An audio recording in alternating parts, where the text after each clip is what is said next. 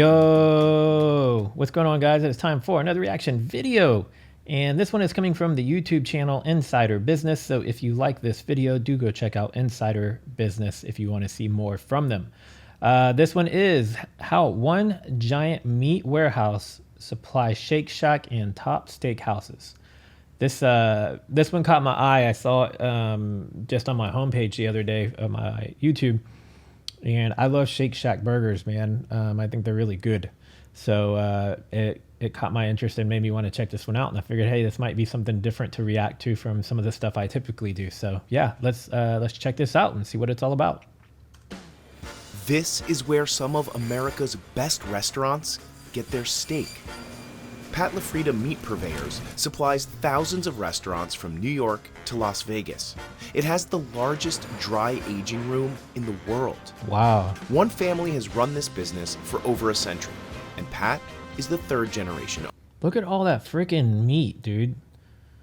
Is that just like a giant cooler?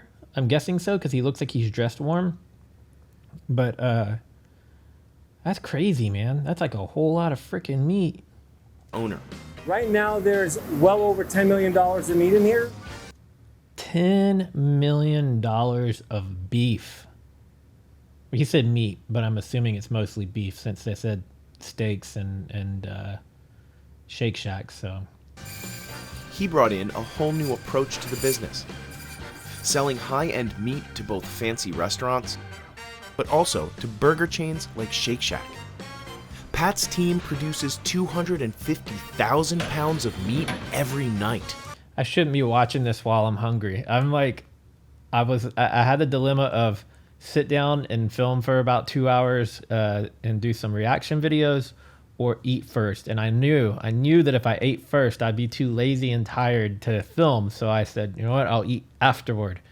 And watching this right now, knowing that I'm hungry, is gonna make it that much harder to get through this video. But man, the steaks that they're showing already is making my stomach growl. It's kind of like Jenga, where you're moving one piece and another piece comes in. It takes years to develop an army like we have. Their weapons: butcher's knives, bandsaws, and meat grinders. So how does Pat LaFrieda manage to supply everything from $3 smash burgers to $200 steaks? And how did he turn A freaking $200 steak? Where are you eating a $200 steak? smash burgers to $200 steaks? And how did he turn a humble butcher shop into a $270 million meat empire? Pat only buys prime and choice beef, the highest USDA grades. These cuts have the most marbling, which adds flavor. So how does all this pricey steak get to kitchens? Chefs normally know what they want to order or what they need to order after that dinner service. And then they really want the product delivered the next morning, a few hours later. That's why shifts here start around 6 p.m. And then it's a race against the clock. So I'm wondering if he only is buying mostly premium cut meat, if that means that the meat that has been turned into patties for Shake Shack is a more premium level of beef than maybe what some other fast food chains and restaurants and stuff might be using for their burgers. Some kitchens need these steaks by the following morning. The only way to work through the night is to have cohesion.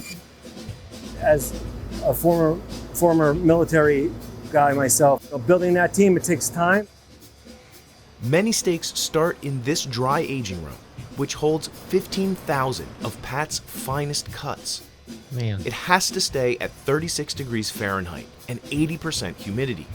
Otherwise, everything will spoil or freeze, and Pat could lose millions. I wonder how much redundancy and backup systems there are for power outages. Like how much of a battery surplus do they have for this building in case there was a power outage, and how long can they last on that backup power?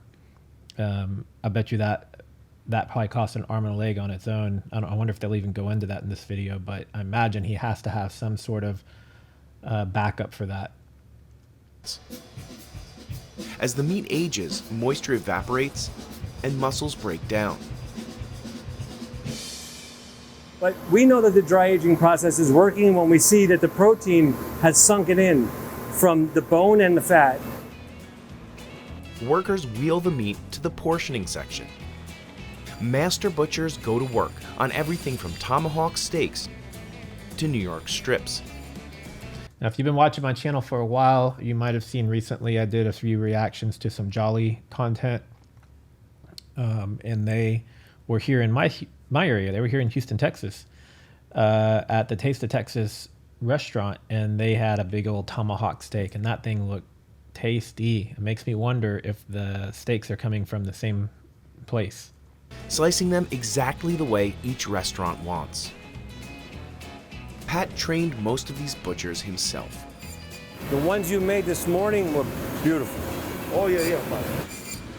There really are no butcher schools. Restaurants will ask me, Pat, where do you get your butchers from? I'm like, we don't get our butchers, we make our butchers. They only need a few tools to get the job done. In most people's hands, you're going to see boning knives.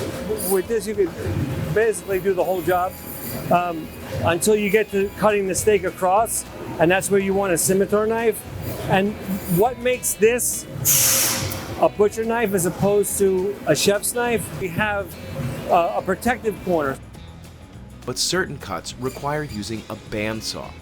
It's ideal for slicing through bone or doing high volume orders as fast as possible. And only master butchers can operate them. It's probably a good 2.5 years before they would even get to a bandsaw.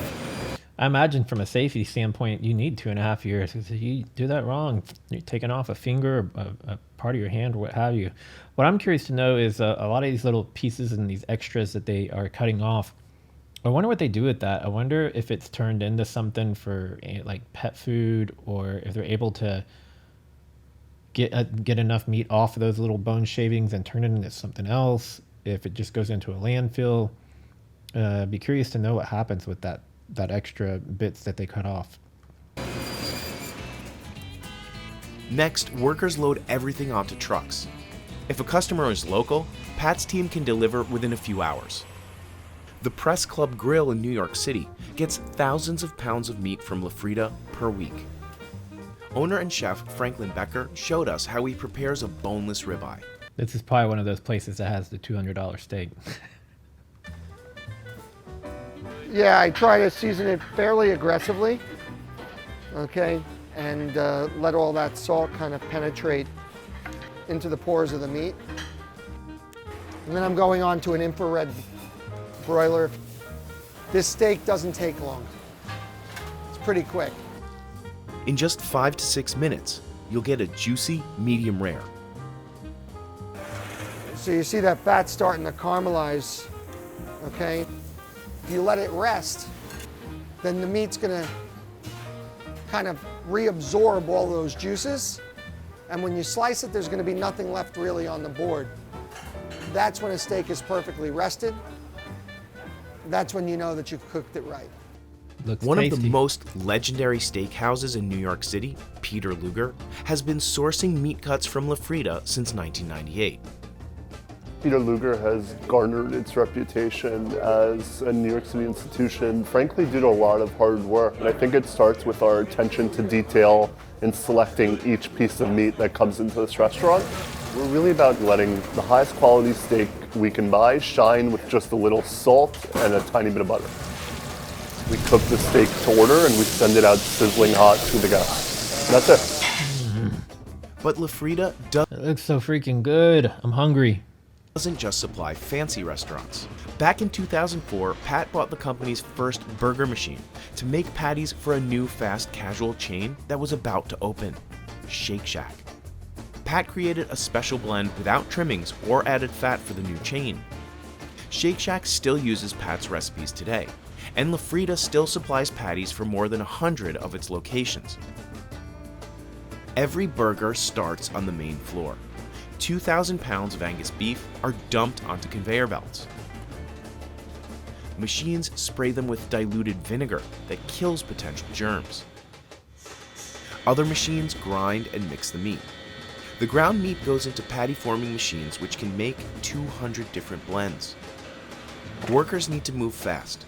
The company pumps out over 200,000 burgers a day. Gets pretty 200,000 a day. Damn. We eat a lot of freaking food in America. We eat a lot of burgers in America too. 200,000. So that's primarily for just Shake Shack, it seems. I wonder, all the fast food chains and restaurant chains together, how many freaking burgers we eat a day in America. hectic and frustrating sometimes when it gets overloaded, but every single day is just a different challenge. Mel's Butcher Box in Tenafly, New Jersey is one of Pat's loyal customers. Owner Melanie Landano orders up to 100 pounds of burgers from him a day. Melanie, if I ever get to visit New Jersey, I'm going to come into your Butcher Box and try a burger there, because if you're using the same patties and the same meat that they're using at Shake Shack, which I already love, I would love to see how you prepare it. For the restaurant, we use the original Pat LaFrida blend, which is a short rib brisket blend. For special events, if a customer requests dry-aged brisket burgers, we get that. Some people request a 45-day dry-aged burger. Anything I want, Pat will make for us.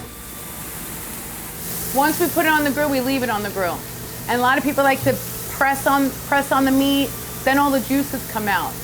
What I do, I flip it once, I leave it and let it cook, and then I let it rest here. On top of her daily customers, Mel also cooks burgers for 4 local schools. On Monday morning alone, she grills over 200 patties for students. Boy, if that's the kind of food that I got for school lunch, man, like, we didn't get anything like that. Our burgers were like soy burgers, probably, I think, from what I remember, and they were probably boiled patties. We didn't get nothing like this. What schools are they providing food to?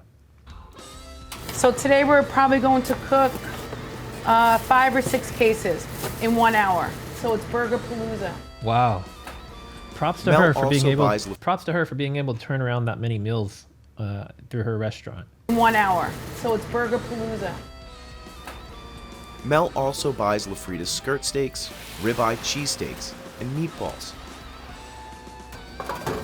Here's our LaFrida meatballs. This is going with this penne meatball. Just heating up. This is his grandfather's recipe, and they're delicious. I'm Italian, so I don't use any other meatball but Pat LaFrida meatball, if I have no time to make my own. So. Family recipes are still an important part of LaFrida's. Pat's great-grandfather opened a Brooklyn butcher shop in 1922. After moving the operation to Manhattan's growing meatpacking district, Pat's grandfather took over and started Pat LaFrida Meat Purveyors. Pat started learning the job as a child. My favorite times were cutting meat with my grandfather to my left and my dad to my right. But Pat's father insisted his son try a different career first. He didn't want me to work those hours. He didn't want me in that environment.